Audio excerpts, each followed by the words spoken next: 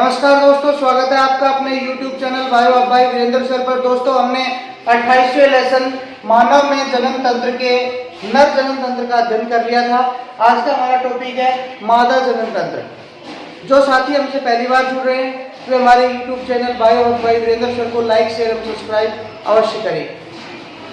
देखिए, राजस्थान बोर्ड ने सिलेबस निर्धारित कर दिया है। सिलेबस में ये जो 28वां पार्ट है मानव में जनन तंत्र, इस पार्ट के साथ कोई छेड़छाड़ नहीं की है। ये पार्ट जो का त्यों अपने सिलेबस में रखा गया है। चलिए स्टार्ट करते हैं मादा जनन तंत्र। अगर हम मादा जनन तंत्र की बात करें तो मादा जनन तंत्र को भी दो भागों में बांटा जाता है।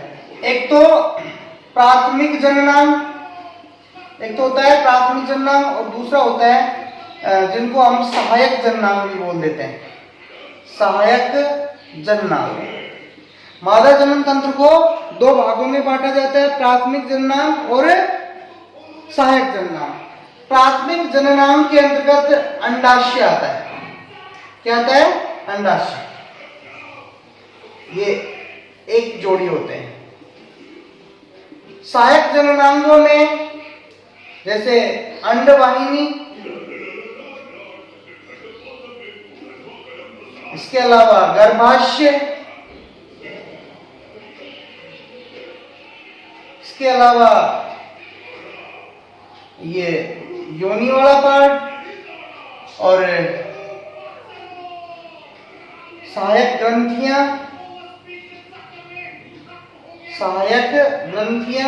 जो जनन के अंतर्गत सहायता करती हैं। इसके अलावा स्तन ग्रंथियां, बार्थोलीन ग्रंथियां, मादा जनन तंत्र के सहायक जननांगों के अंतर्गत सम्मिलित की जाती हैं। चलिए स्टार्ट करते हैं आज हम अंडाशय से। हाँ जी, पहला पॉइंट स्टार्ट करते हैं अंडाशय। मादाओं में एक जोड़ी अंडाशय उदर गुहा में, कहां पे? उदर गुहा के श्रोणि क्षेत्र में बादाम की आकृति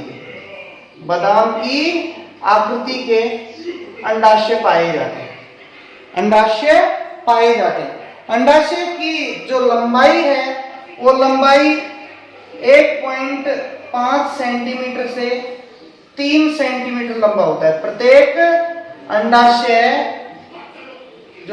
अंडाशय है वो 1.5 सेंटीमीटर से लगभग 3 सेंटीमीटर लंबा और 0.8 सेंटीमीटर मोटा होता है। 0.8 सेंटीमीटर ये मोटा होता है। जुड़ा कहां से रहता है? उदर गुहा की पार्श्व भित्ति से। उदर गुहा की पार्श्व भित्ति से ये जुड़े होते हैं।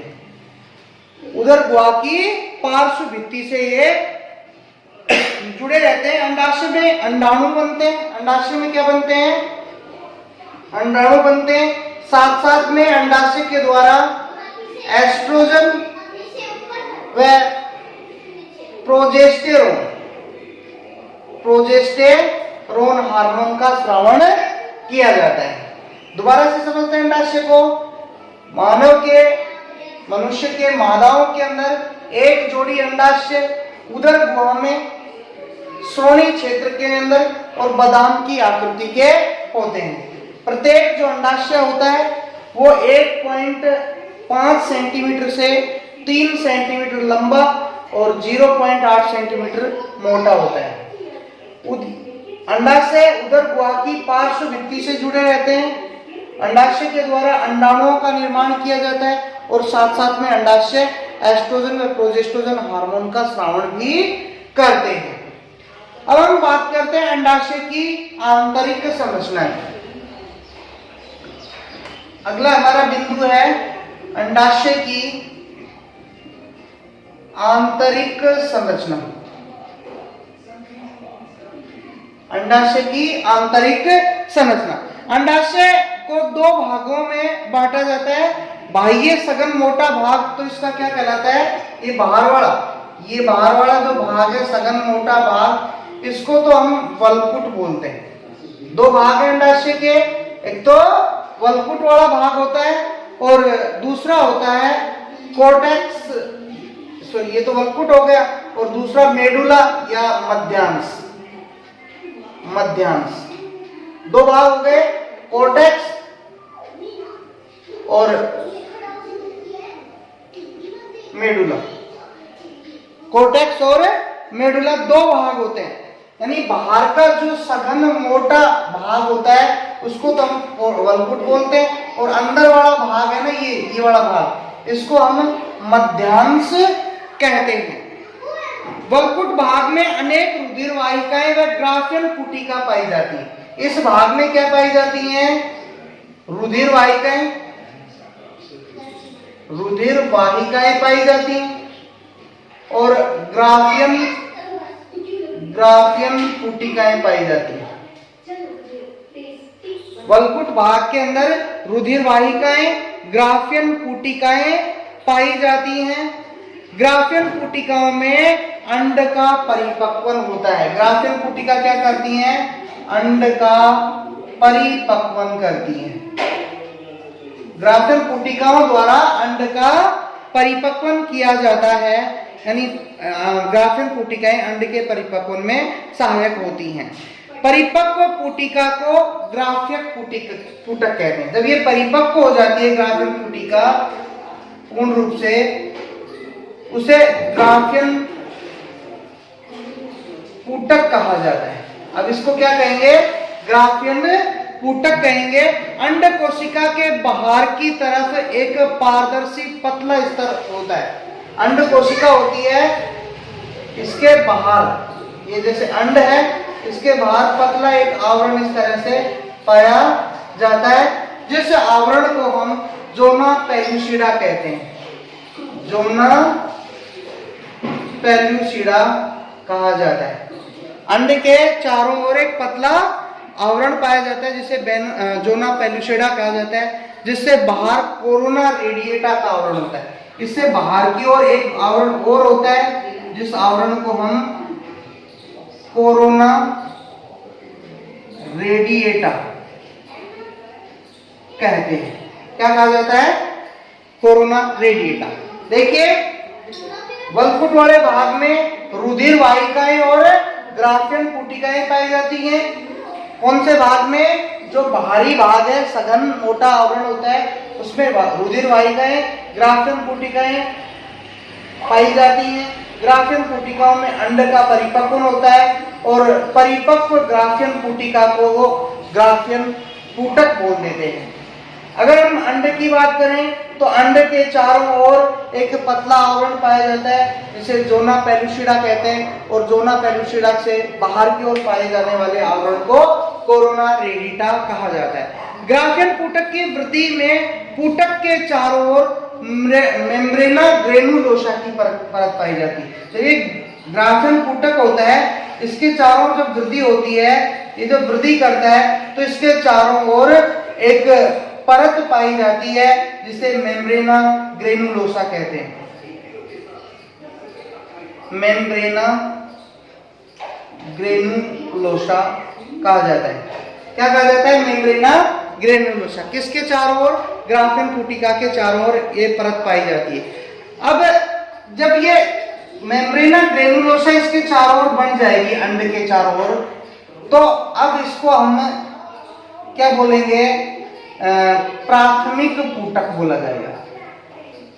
क्या बोला जाएगा, अब इसको प्राथमिक पुटक कहा जाता है, जो प्रथम अर्धसूत्री विभाजन करके द्वितीयक अंड का निर्माण करता है। अब ये पहला अर्धसूत्री विभाजन करेगा, ये क्या करेगा, पहला अर्धसूत्री विभाजन करेगा, जिससे दो कोशिकाएं बनेंगी, और एक तो आकार में बड़ी होगी, एक आकार में छोटी होगी। छोटी को तो हम पोलर बॉडी बोलेंगे या ध्रुवीय काय। ध्रुवीय काय, पोलर बॉडी बोल दो या ध्रुवीय काय बोल दो। अब ये जैसे ही प्राथमिक ऊतक है, जो पहले प्राथमिक ऊतक था, वो प्राथमिक ऊतक ने क्या कर लिया, अर्धसूत्री विभाजन। जैसे ये प्राथमिक ऊतक है, ये अर्धसूत्री विभाजन कर लिया, एक आकार में बड़ी, एक आकार में छोटी कोशिका। छोटी को तो हमने पोलर बॉडी बोल दिया। अब ये आकार में बड़ी जो कोशिका बनी है, इसे द्वितीयक ऊतक कहा जाएगा। क्या कहा जाएगा? द्वितीयक ऊतक बोल दो, या इसको अंड बोल दो, अंड कहा जाता है। इसको प्राथमिक अंड या प्राथमिक ऊतक भी बोल सकते हैं, अंड। हाँ जी, प्राथमिक अंड है, यानी प्राथमिक अंड के चारों ओर मेम्ब्रेना ग्रेनुलोसा है। मेम्ब्रेना ग्रेनुलोसा की परत बन जाने के बाद जो प्राथमिक अंड है वो अर्धसूत्री विभाजन करता है। अर्धसूत्री विभाजन के कारण एक आकार में बड़ी और एक आकार में छोटी कोशिका बनती है। छोटी कोशिका को ध्रुवीयका या पोलर बॉडी कहा जाता है। ये पोलर बॉडी आगे जन्म में भाग भी ले सकती है और नहीं भी ले सकती। और जो आकार में बड़ी कोशिका बनती है, जिसे हम क्या कहते हैं? द्वितीयक अंड कहते हैं। क्या कहा जाता है? द्वितीयक अंड। अब ये द्वितीयक अंड अवस्था में, इसी अवस्था में एक ग्राफियन पुटिका है। ये ग्राफियन पुटिका फट जाती है और ये अंड है वो बाहर निकल जाता है। अर्थात अंडोत्सर्ग की क्रिया किस अवस्था में होती है? अगर आपसे पूछे, अंड का ग्राफियन पुटिका से बाहर निकलना ही क्या कहलाता है? अंड का ग्राफियन पुटिका से बाहर निकलना। ये ग्राफियन पुटिका है, इसको तोड़ करके ये द्वितीयक अंड है वो बाहर निकल गया। द्वितीयक अंड का ग्राफियन पुटिका से बाहर निकलना ही अंडोत्सर्ग कहलाता है। क्या कहलाता है? अंडोत्सर्ग। कई बार आपसे पूछता है अंडोत्सर्ग किसे कहते हैं, तो आप क्या कहोगे? जो परिपक्व ग्राफियन पुटिका है उसके अंतर्गत क्या हो जाता है? अर्धसूत्री विभाजन फर्स्ट कंप्लीट हो जाता है। अर्धसूत्री विभाजन फर्स्ट के कंप्लीट होने के कारण द्वितीयक अंड बनता है और द्वितीयक अंड ग्राफियन पुटिका को तोड़ करके और बाहर निकल जाता है। इस क्रिया को हम अंडोत्सर्ग कहते हैं। क्या कहा जाता है? द्वितीयक अंड का ग्राफियन पुटिका से बाहर निकलना अंडोत्सर्ग कहलाता है। अब ये जो फटी हुई ग्राफियन पुटिका है, ये अंड यहाँ से बाहर निकल गया, ये फटी हुई मान लो ये ग्राफियन पुटिका शेष रह गई। ये ग्राफियन पुटिका कार्पस ल्यूटियम का निर्माण करती है। कार्पस ल्यूटियम का निर्माण करती है। ये कार्पस ल्यूटियम एक अस्थायी ग्रंथि की तरह कार्य करता है। अस्थायी ग्रंथि की तरह कार्य करता है और इसके द्वारा एस्ट्रोजन व प्रोजेस्टेरोन हार्मोन का स्रावण किया जाता है। कार्पस ल्यूटियम एक अस्थायी ग्रंथि की तरह कार्य करेगा और एस्ट्रोजन प्रोजेस्टेरोन हार्मोन का स्रावण करता है। हाँ भी, एक वयस्क महिला के दोनों अंडाशयों में लगभग 4 लाख ग्राफियन पुटिका होती है। एक वयस्क जो महिला होती है उसके दोनों अंडाशयों में लगभग 4 लाख ग्राफियन पुटिकाएं पाई जाती हैं, जो यौनारंभ तक क्षयित होती रहती है। यौनारंभ तक ये इनमें से बहुत सी नष्ट हो जाती हैं और फिर प्रत्येक माह दोनों अंडा, यानी बहुत सी क्या हो जाती है, इनमें से अधिकांश नष्ट हो जाती हैं। लगभग 50 से 60 हजार के आसपास ग्राफियन पुटिका शेष बचती हैं। अब इनमें से शेष जो ग्राफियन पुटिका है ये प्रत्येक माह दोनों अंडाशयों में से किसी एक अंडाशय के द्वारा, एक परिपक्व ग्राफियन पुटिका के द्वारा अंड का निर्माण किया जाता है। ये तो था हमारा अंडाशय की आंतरिक संरचना। दोबारा से समझ लो, 2 भाग हैं, वल्कुट और मध्यांश। वल्कुट के अंदर रुधिर वाहिकाएं ग्राफियन पुटिकाएं, मध्यांश में भाई ये अंडजननी कोशिकाएं पाई जाती हैं। ग्राफियन पुटिकाओं में अंड का परिपक्व होता है और परिपक्व जो ग्राफियन पुटिका है उसे ग्राफियन पुटिक कहा जाता है। अगर हम बात करें अंड की, तो अंड के चारों ओर जोना पेलिसेडा और कोरोना रेडिएटा के 2 आवरण पाए जाते हैं और उससे बाहर की ओर मेम्ब्रेना ग्रेनुलोसा की परत पाई जाती है। एक परिपक्व ग्राफियन पुटिका की स्ट्रक्चर हो गई। अब इसके बाद क्या होगा, जो प्राथमिक अंड है वो अर्धसूत्री विभाजन फर्स्ट कंप्लीट करके द्वितीयक अंड बनाएगा और एक पोलर बॉडी बनाएगा, एक द्वितीयक अंड बनाएगा। पोलर बॉडी है वो जमीन में भाग ले भी सकती है और नहीं भी ले सकती, यानी आगे जनन में नहीं, आगे डिवाइडेशन में भाग ले भी सकती है और नहीं भी ले सकती है, यानी अर्धसूत्री विभाजन द्वितीय कर भी सकती है और नहीं भी कर सकती। अब ये परिपक्व द्वितीयक अंड है, इस द्वितीयक अंड का परिपक्व ग्राफेन कुटिका से बाहर निकलना ही क्या कहलाता है? अंडोत्सर्ग। अंडोत्सर्ग के बाद बचा हुआ जो ग्राफेन कुटिका है वो कार्पस ल्यूटियम में बदल जाएगी और एक अस्थायी ग्रंथि की तरह कार्य करते हुए एस्ट्रोजन प्रोजेस्टेरोन हार्मोन का स्रावण करती रहती है। अब हम पढ़ते हैं सहायक जनन। सहायक जनन,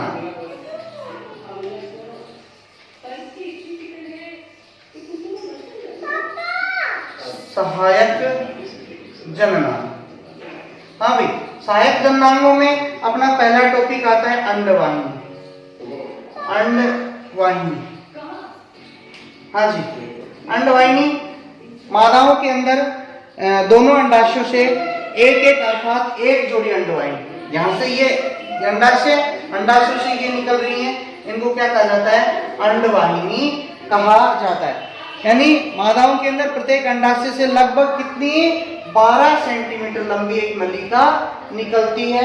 ये यहाँ से लेकर के यहाँ तक की ये नलिका है, इस नलिका को ही हम क्या कहते हैं? अंडवाहिनी कहते हैं। हाँ जी, जिसे अपन अंडवाहिनी भी बोल देते हैं, कई डिंब वाहिनी भी बोलते हैं। डिंब वाहिनी कई बुकों में आपको लिखा मिलेगा, कई बुकों में आपको फैलोपियन नलिका भी लिखा मिलेगा। तो ये सभी इसी के नाम है। लगभग कितनी होती है? 12 सेंटीमीटर लंबी होती है। अंडवाहिनी अपने ओर के अंडाशय तक फैली, यहाँ से स्टार्ट हुई यहाँ तक फैली हुई है, यहाँ से स्टार्ट हुई यहाँ तक फैली हुई है, अर्थात अपनी ओर के अंडाशय तक ये फैली होती है। इसके आगे का जो शीर्ष भाग है, अंडवाहिनी के आगे का शीर्ष भाग कीप की तरह चौड़ा होता है, कीप की तरह चौड़ा होता है। इसको अपन कीपक भी बोल देते हैं। और इस कीपक के आगे ये झालरनुमा संरचना पाई जाती है। कीपक के आगे क्या पाई जाती है? झालरनुमा संरचना। इसको फिम्बरी कहा जाता है। क्या कहा जाता है? फिम्बरी। ये आगे झालरनुमा संरचना पाई जाती है, इसको अपन फिम्बरी बोलते हैं। फिम्बरी क्या कहा जाता है? फिम्बरी कहा जाता है। अब जब ये अंडोत्सर्ग होगा तो फिम्बरी क्या करती है? जो अंड निकलता है उसको अंडवाहिनी में प्रवेश कराने का काम करती है। हाँ भाई, कीप की छिद्रनुमा मुख को ओस्टिया कहा जाता है। इसके अंदर जो ये मुख टाइप में है, इस मुख को ओस्टिया कहते हैं। कहां से स्टार्ट हुई? गर्भाशय से दोनों ओर का जो गर्भाशय है वो आगे संकुचित हो गया, नलिकानुमा संरचना बना रहे जिसको अंडवाहिनी कहते हैं, जिसकी लंबाई लगभग 12 सेंटीमीटर के करीब होती है। अपनी ओर के अंडाशय से जुड़ी रहती हैं। इसके आगे का भाग कीप की तरह चौड़ा होता है जिसको कीपक कहा जाता है। कीपक का आगे जो शीर्ष भाग है झालरनुमा होता है जिसको फिम्बरी कहते हैं। और इसका आगे का मुख जहां से अंडवाहिनी के अंदर प्रवेश करता है उसे हम ओस्टिया कहते हैं। क्या कहते हैं? ओस्टिया। मानव के अंदर निषेचन की क्रिया, अगर आपसे पूछे मानव के अंदर निषेचन क्रिया कहाँ होती है तो आप कहोगे यहाँ। इस स्थान को क्या बोला जाता है? अंडवाहिनी के एम्पुला इस्थमस संधि स्थल पर। अगर सीधा डायरेक्ट पूछता है कि मानव में निषेचन क्रिया कहाँ पे होती है तो आप सीधा कह दोगे अंडवाहिनी के अंदर। और अगर पूछता है अंडवाहिनी के कौन से भाग में होती है तो आप क्या कहोगे? एम्पुला इस्थमस संधि स्थल पे मानव में निषेचन क्रिया संपूर्ण होती है। अब हमारा अगला पॉइंट आता है गर्भाशय। अगला पॉइंट है गर्भाशय। दूसरा पॉइंट गर्भाशय। हाँ जी, ये वाला पार्ट है, ये वाला पार्ट है, ये क्या कहलाता है? गर्भाशय कहलाता है। यानी ये नाशपाती के आकार का उल्टी रखी नाशपाती, उल्टी रखी नाशपाती जैसा ये होता है। इसका आकार है वो 7.5 गुणा 5.0 गुना 2.5, यानी ये इतना तो चौड़ा, इतना लंबा और इतना मोटा होता है। ये इसकी चौड़ाई हो गई, ये लंबाई हो गई, या इसको अपन ऐसे बोल सकते हैं, इसको लंबाई बोल सकते हैं। ये तो इसकी लंबाई हो गई, ये चौड़ाई हो गई ऐसे ऊपर से नीचे, और ये मोटाई हो गई, मोटाई। गर्भाशय उल्टी रखी नाशपाती के आकार का, 7.5 सेंटीमीटर लंबा, 50 सेंटीमीटर चौड़ा और 2.5 सेंटीमीटर मोटा होता है। अब सबसे बाहरी ये जो अंडाशय है, सॉरी गर्भाशय है, गर्भाशय के अंदर 3 परतें पाई जाती हैं। क्या पाई जाती हैं? 3 परत पाई जाती है। सबसे बाहर की ओर बाहरी परत या बाह्य स्तर, फिर मध्य स्तर, और तीसरा होता है अंतः स्तर। इसको अपन पेरीमेट्रियम बोलते हैं, पेरीमेट्रियम। इसको मायोमेट्रियम कहा जाता है, मायोमेट्रियम, और ये एंडोमेट्रियम। गर्भाशय की कितनी परत है? 3 परत, पेरीमेट्रियम, मायोमेट्रियम और एंडोमेट्रियम। बाह्य परत, मध्य परत और अंतः परत, ये 3 परतें हैं। ये सबसे बाहर वाली, फिर ये मध्य वाली, और ये सबसे भीतर वाली। 3 परतें होती हैं गर्भाशय की, पेरीमेट्रियम, मायोमेट्रियम और एंडोमेट्रियम। गर्भाशय का निचला संकीर्ण भाग, ये निचला संकीर्ण भाग है, इसको हम गर्भाशय ग्रीवा कहते हैं, जो योनि के अंदर खुलता है। जो कहाँ खुल रहा है? योनि के अंदर खुलता है। निषेचन के बाद परिवर्तित होता हुआ भ्रूण गर्भाशय की दीवार से, यहाँ पे यानी गर्भाशय इनकी दीवार से एक उत्तकीय संबंध किसके द्वारा? प्लेसेंटा द्वारा बनाता है, जिसको हम अपराभी कहते हैं, अपराभी कहते हैं, जहां भ्रूण का सुरक्षा एवं पोषण प्राप्त होता है। जैसे ये कोई प्लेसेंटा बन गया और ये भ्रूण इसके साथ में जुड़ गया, अब ये भ्रूण इसमें परिवर्तित होता रहता है। इस प्लेसेंटा के माध्यम से ही भ्रूण को विभिन्न प्रकार की औषधियां जो उनको जरूरत होती है, यानी एंटीबॉडीज प्लस पोषक पदार्थ, इसी के माध्यम से पहुंचाए जाते हैं। अगला भाग आता है हमारा सहायक जननांगों का योनि। हाँ भी, गर्भाशय ग्रीवा उभरकर एक संरचना बना रही है। उस संरचना को हम मतलब एक नलिका नुमा संरचना बन रही है, इस संरचना को ही हम योनि कहते हैं। योनि में लैक्टोबैसिलस जीवाणु पाए जाते हैं, लैक्टोबैसिलाई जीवाणु पाए जाते हैं। इसके अंदर योनि भाग के अंदर लैक्टोबैसिलाई जीवाणु पाए जाते हैं, और ये एक अम्लीय पदार्थ का स्राव करते हैं, हल्का अम्लीय पदार्थ का स्राव करते हैं, जो क्या करता है? हानिकारक बैक्टीरियाओं की मतलब को नष्ट करने का काम ये अम्लीय पदार्थ करता है, यानी संक्रमण से सुरक्षा करता है। योनि का जो द्वार है, ये द्वार एक पतली झिल्ली से, यानी योनि का जो द्वार है वो एक पतली झिल्ली से ढका रहता है, जिसे हम योनि आच्छद कहते हैं, योनि आच्छद कहते हैं। ये योनि आच्छद प्रथम मैथुन के समय ब्रेक हो जाती है। कई महिलाओं में ये पहले यानी मैथुन के बाद भी ब्रेक नहीं होती। कुछ महिलाओं में ये हार्ड वर्किंग के कारण, या फिर साइकिल चलाने, एक्सरसाइज करने, या एकदम से धक्का लगने के कारण गिर जाने से भी ये फट सकती है, अर्थात इसका पाया जाना या नहीं पाया जाना किसी के कुंवारेपन का द्योतक नहीं है। कहने का मतलब अगर है या नहीं है तो हम कंफर्मेशन नहीं कहते कि उसको यौन संबंध का अनुभव है या नहीं है। ये कई तरीके से ब्रेक हो सकती है। नेक्स्ट हमारा पॉइंट आता है, यानी ये जो योनि है स्त्री का मैथुन अंग है, साथ ही इसमें गर्भाशय से उत्पन्न जो मासिक स्राव है, उस मासिक स्राव भी इसी रास्ते के जरिए शरीर से बाहर निकाला जाता है। जब शिशु का जन्म होता है तो शिशु जन्म के समय भी शिशु इसी मार्ग के जरिए शरीर से बाहर निकाला जाता है। अगला पार्ट आता है हमारा भग, यानी ये बाहरी भाग है इस तरह से। हाँ जी, भग। देखिए, स्त्री के सभी बाह्य जननांगों को, स्त्री का जो सारा का सारा बाह्य जननांग है उनको सम्मिलित रूप से भग कहते हैं। स्त्री के बाह्य जननांगों को सम्मिलित रूप से भग कहा जाता है। इसे कई भागों में बांटा जा सकता है। पहला है प्यूबिस मुंड। प्यूबिस मुंड यानी ये त्वचा से ढकी उभरी हुई वसा युक्त संरचना होती है।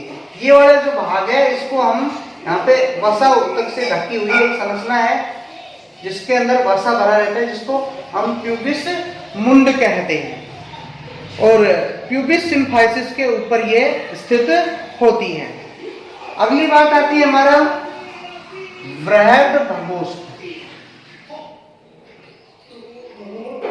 ये जो सबसे बाहर का जो ओष्ठीय संरचना है, यानी योनि द्वार के बाहर की ओर पाई जाने वाली सबसे बाहरी ओष्ठीय संरचना को वृहद भगोष्ठ कहते हैं।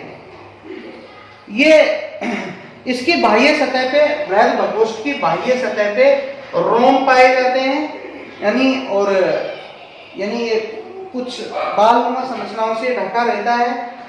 यह वसीय ऊतक से निर्मित होता है। वृहद भगोष्ठ किससे? वसीय ऊतक से बना होता है। वसीय ऊतक से ये बना होता है। अगला पार्ट है लघु भगोष्ठ। लघु भगोष्ठ ये नीचे वाला जो ओष्ठीय नुमा संरचना है इसको हम लघु भगोष्ठ कहते हैं। यानी ये वृहद भगोष्ठ के बीच में स्थित एक जोड़ी छोटे वलन होते हैं जो प्रघाण को, ये वाला भाग क्या है? प्रघाण। इस प्रघाण को चारों ओर से घेरे रखते हैं। लघु भगोष्ठ वृहद भगोष्ठ के नीचे पाए जाने वाली एक वलनुमा संरचना है और इसके ऊपर रोम नहीं होते, रोम नहीं पाए जाते। ठीक है, प्रघाण को ये चारों ओर से घेरे रखते हैं। प्रघाण क्या है भाई? प्रघाण लघु भगोष्ठों के बीच स्थित एक दरारनुमा संरचना होती है। प्रघाण एक लघु भगोष्ठों के बीच पाई जाने वाली ये जो दरारनुमा संरचना है इसको हम प्रघाण कहते हैं। इसमें मूत्र मार्ग व योनि अपने संगत द्वार द्वारा खुलते हैं। ये वाला यहाँ पे छिद्र टाइप में होता है, इस छिद्र को मूत्र मार्ग बोलते हैं और ये वाला जो छिद्र है इसे योनि मार्ग कहा जाता है। यानी दोनों मार्ग इस प्रघाण में आकर के खुलते हैं। मनुष्यों के अंदर नर के अंदर मूत्र मार्ग और जनन मार्ग एक ही, यानी शिशन के एक ही छिद्र के रूप में खुलता है, जबकि मादाओं में जनन मार्ग अलग होता है, मूत्र मार्ग अलग होता है। अगली हमारी आती है सहायक ग्रंथियां। सहायक ग्रंथियां,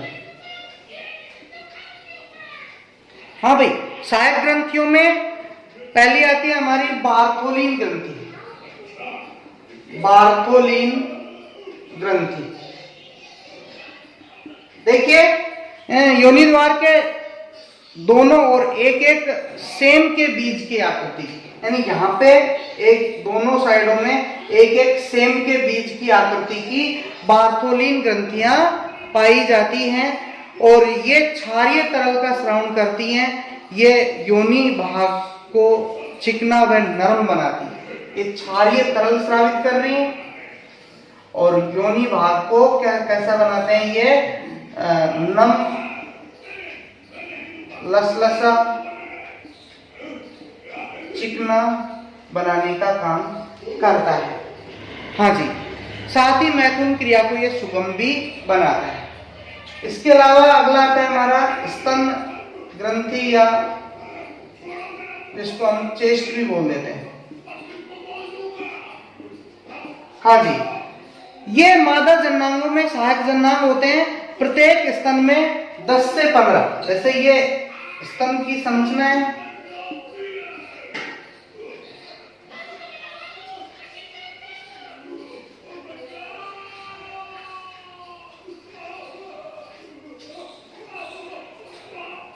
ये स्तन की संरचना बना रहे हैं हम।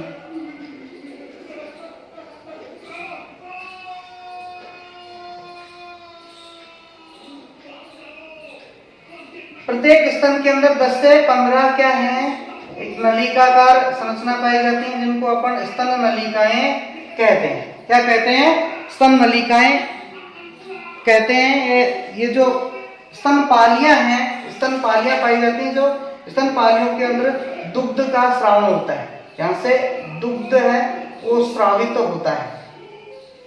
ये अंगूर के गुच्छे के समान होती हैं। ये दुग्ध नवजात शिशु के लिए, इनसे स्रावित जो दुग्ध है वो नवजात शिशु के लिए पोषण का सर्वोत्तम माध्यम होता है।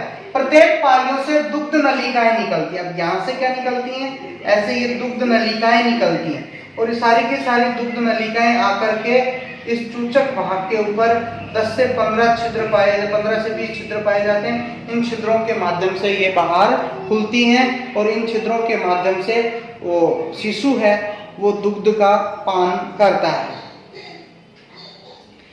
स्तनों की वृद्धि एवं कार्य का नियंत्रण सोमेटो यानी सोमेटोट्रोपिन,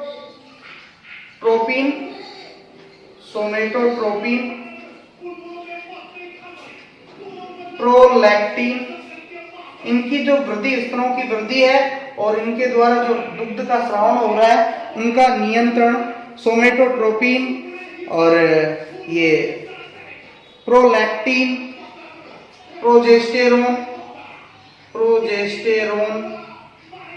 एस्ट्रोजन, ये हार्मोन करते हैं। इनका नियंत्रण कौन करता है? सोमेटोट्रोपिन, प्रोलैक्टिन, प्रोजेस्टेरोन, एस्ट्रोजन इनकी वृद्धि एवं कार्य का नियंत्रण करता है। दूध में जो मादाओं से दुग्ध स्रावित होता है उसमें वसा के साथ साथ lactose, casein, lysozyme, calcium, vitamin और अनेक प्रतिरक्षी पाए जाते हैं। दुग्ध के अंदर वसा, lysozyme, antibody, calcium, casein protein, ये इसके अंतर्गत पाए जाते हैं। ये जो विभिन्न पोषक पदार्थ हैं ये शिशु के लिए सर्वोत्तम आहार का काम करते हैं। अतः शिशु जन्म के प्रथम दिनों के अंदर केवल शिशु को दुग्धपान या स्तनपान ही कराना चाहिए। नेक्स्ट हमारा टॉपिक है मानव में यौनारंभ के लक्षण। मानव में यौनारंभ के लक्षण। हाँ भाई, मानव की बात करें तो नर और मादा का अपरिपक्व जनन अंगों से परिपक्व होना। नर व मादा के अंदर अपरिपक्व जननांगों का क्या होना? परिपक्व होना क्या कहलाता है? यौनारंभ कहलाता है। नर की अपेक्षा मादाओं में यौनारंभ पहले प्रारंभ होता है। मादा में यौनारंभ है वह नर की अपेक्षा पहले प्रारंभ होता है। मादाओं में ये नर के अंदर बात करें, नर में 14 से 16 वर्ष की आयु में, जबकि मादाओं के अंदर ये 12 से 14 वर्ष की आयु में स्टार्ट हो जाता है। साथ में मादाओं के अंदर स्तनों में वृद्धि और रजोदर्शन भी आरंभ हो जाता है। यानी यहाँ स्तनों में वृद्धि और रजोदर्शन भी आरंभ हो जाता है। रजोदर्शन किसे कहते हैं? मादाओं में होने वाले